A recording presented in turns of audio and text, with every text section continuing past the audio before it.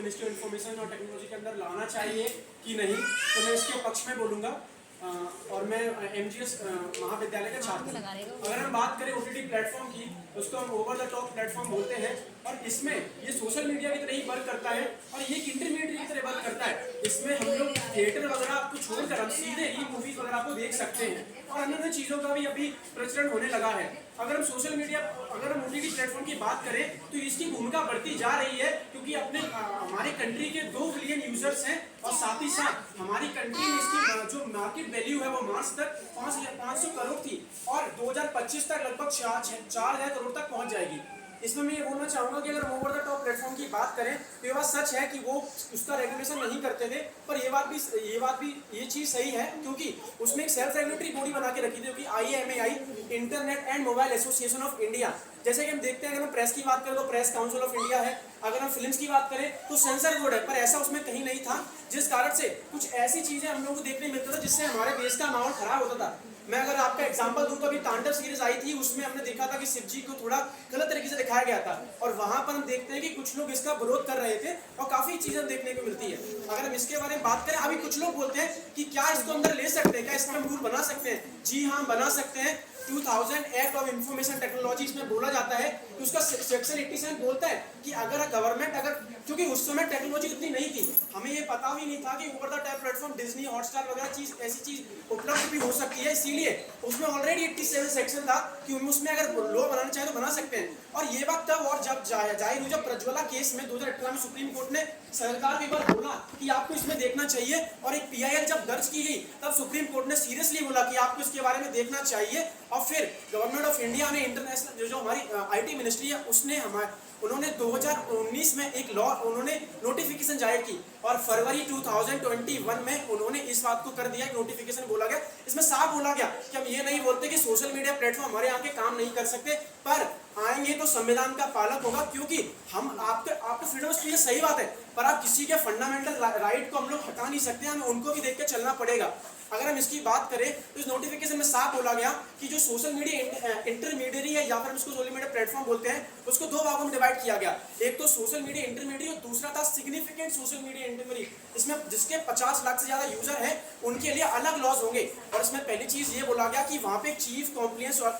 Officer होगा जो इन चीजों को देखेगा कि इस लॉ एक्ट जो हम बनाया है वो सही है कि नहीं, और दूसरा था नोडल एक्ट ऑफिसर, जो कि ये देखेगा कि जो हमारी लॉ इन्फोर्समेंट एजेंसी है, जैसे CBI हो गया, ED हो गई, उनसे कनेक्ट है। जैसे मैं टास्क देखा, ये भी फैमिली मैन सीरीज में बताया गया, जो टास्क होता है जो IT मिनिस्ट्री के साथ ही काम करता है और देखता है कि सोशल मीडिया के ऊपर कोई गलत काम ना करे। रिसेंटली एक हमने बात की था, टर्की ने साइबर क्राइम जैसी चीज करने की, और बेसिकली वो ये कर सकते कि सोशल मीडिया प्लेटफॉर्म, या फिर हम इनकी बात करें यूट्यूब भी एक OTT प्लेटफॉर्म की तरह वर्क करता है, क्योंकि उसमें भी चीजें स्ट्रीम होती है। और हम आखिरी में वो बात करूँ ग्रीवेंस ऑफिसर कि हर एक जो सोशल मीडिया प्लेटफॉर्म, चाहे वो नेटफ्लिक्स हो, चाहे डिज्नी हॉटस्टार, आपका बेशक न्यूयॉर्क में हो सेंटर, पर यहाँ पे आपको एक ऑफिसर बनाना पड़ेगा जो ये चीजें देखेगा कि ये चीजें जो सोशल मीडिया आ रही हैं, जो रिपोर्ट्स आ रही हैं, और जैसे कि हम देखते हैं अगर यूट्यूब को चीज सही नहीं लगती तो हम रिपोर्ट कर सकते हैं, और वो चीज जो ग्रीवेंस ऑफिसर है वो देखेगा सही है कि नहीं, और उसके लिए अपना जो भी प्रक्रिया होगी वो करेगा, उसको हटाने की कोशिश करेगा। और मंथली एक चार्टर रिपोर्ट आएगी जिसमें हमने जिनको रिपोर्ट किया है उनको हटाया गया है कि नहीं हटाया गया है, उनके खिलाफ कोई एक्शन लिया गया है कि नहीं लिया गया, उन चीजों का बताया जाएगा। इसके साथ मैं बोलूंगा यहाँ पे इथनिक कोड भी दिया गया है। इसमें ये बोला गया है कि जैसे कि हमारे दीदी थी, उन्होंने ये बताया था कि अडल्ट कंटेंट के बारे में बात की थी, उसके लिए भी यूनिवर्सल लॉ, यूनिवर्सल कंटेंट है कि नहीं, इसको सब देख सकते हैं कि नहीं, 7 से प्लस लोग देख सकते हैं कि नहीं, 7 से 13 से वर्ष से ज्यादा लोग देख सकते हैं कि नहीं, 16 से वर्ष से, और कोई अडल्ट कंटेंट है तो उसमें पेरेंटल एडवाइजरी होगी कि पेरेंट की एडवाइस के बाद ही होगा, और साथ ही साथ ये भी चीज बोली गई कि एज वेरिफिकेशन भी होगा, क्योंकि अडल्ट कंटेंट में 18 के प्लस वाले लोगों को उसको एक वेरिफिकेशन मैकेनिज्म आएगा जिससे लोग देखेंगे, और जिसमें अगर वो नहीं है तो उनको उसमें एक्सेस नहीं दिया जाएगा, वो स्ट्रीम नहीं कर सकते। साथ में एक और चीज देखने को हमें ये मिली कि इन्होंने ग्रीवेंस जो रिपोर्ट है उसके लिए बड़ी अच्छी चीज की, इन्होंने 3 बेसिक सिस्टम बनाया। सेल्फ रेगुलेशन बॉडी बनाई है जिसमें ग्रीवेंस ऑफिसर मैंने आपको बताया जो कि देखेगा रिपोर्ट वगैरह को, एक सेल्फ रेगुलेटरी बॉडी होगी जो कि OTT प्लेटफॉर्म होगी, इसमें 6 मेंबर्स होंगे, जो या तो सुप्रीम कोर्ट के रिटायर्ड जज होंगे या हाई कोर्ट की रिटायर्ड जज होंगे या फिर एक कोई पॉपुलर पर्सनैलिटी होगी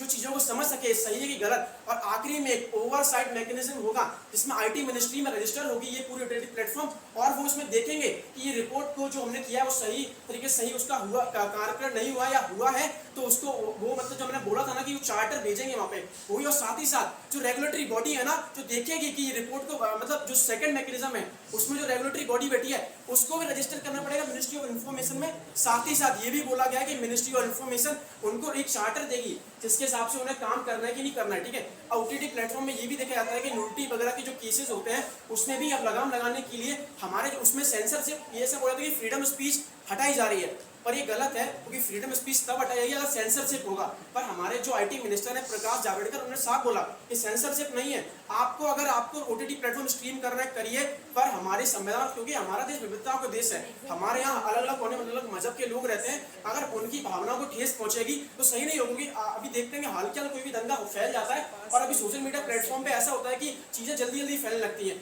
इसीलिए इन चीजों को कंट्रोल करने के लिए हमारी आईटी मिनिस्ट्री ने सारे कार्यक्रम किए हैं। साथ ही साथ हमारे जो नरेंद्र मोदी उन्होंने डिजिटल इंडिया किया था, इसमें यह बताया गया कि व्हाट्सएप के 53 करोड़ यूजर है और हमारी कंट्री की पॉपुलेशन 130 करोड़ है, तो हम इसमें ही देख सकते हैं कि लगभग आधे परसेंट भी अगर हम मान लें कि अगर व्हाट्सएप नहीं चलते, कुछ लोग इंस्टाग्राम में 44 करोड़, आधे लोग तो डिजिटल इंडिया के हिसाब से उनके पास स्मार्टफोन है, उनके पास इंटरनेट है। अगर हम उस चीज को नहीं देखेंगे तो ये चीज गलत है, क्योंकि हमारे देश में तुरंत दंगे हो सकते हैं। हम डेवलपमेंट के रहे हैं, हम ये चीज थोड़ी देखेंगे कि दंगे को संभालेंगे, हमें सही चीज दिखानी है, उनको नॉलेज की चीज दिखानी है, उनका क्रिएटिविटी बढ़ानी है, पर इस चीज को भी रोक के रखना है। साथ ही साथ एक और चीज मैं बोलना चाहूंगा कि बहुत सारे ओटीटी प्लेटफॉर्म अपने न्यूज़पेपर की जो न्यूज वगैरह भी हेडलाइन करते हैं, तो उनके लिए भी उन्होंने चार्टर दिया गया कि वो उसके हिसाब से करेंगे, ऐसा नहीं कि पब्लिशर अपने हिसाब से कोई चीज कर देगा, इसके लिए भी ये चीजें लाई गई हैं। इन सभी से आपको समझ में आ गया होगा कि आईटी मिनिस्ट्री जो नोटिफिकेशन दिया गया है इसको लोग अलग अलग विवरण करते हैं कि हमारी क्रिएटिविटी खत्म हो जाएगी, हमारी फ्रीडम ऑफ स्पीच खत्म होगी, हम लोग चीजों को जो क्रिएटिविटी जो लोगों के लिए, जैसे कि अगर कोई म्यूजिशियन है उसके पास फ्रीडम स्पीच है, ऐसे ही अगर कोई हमारा निर्देशक है उसके पास भी फ्रीडम स्पीच है, क्योंकि फिल्म सोसाइटी का आईना होती है, वो जो दिखाना चाहेंगी वो सोसाइटी में हो रहा होता है, अगर हम उसको कंट्रोल नहीं करेंगे तो हमारे लिए काफी खराब की बात होगी। इसीलिए आईटी मिनिस्ट्री ने जो भी किया है बहुत ही सही कदम किया है। धन्यवाद।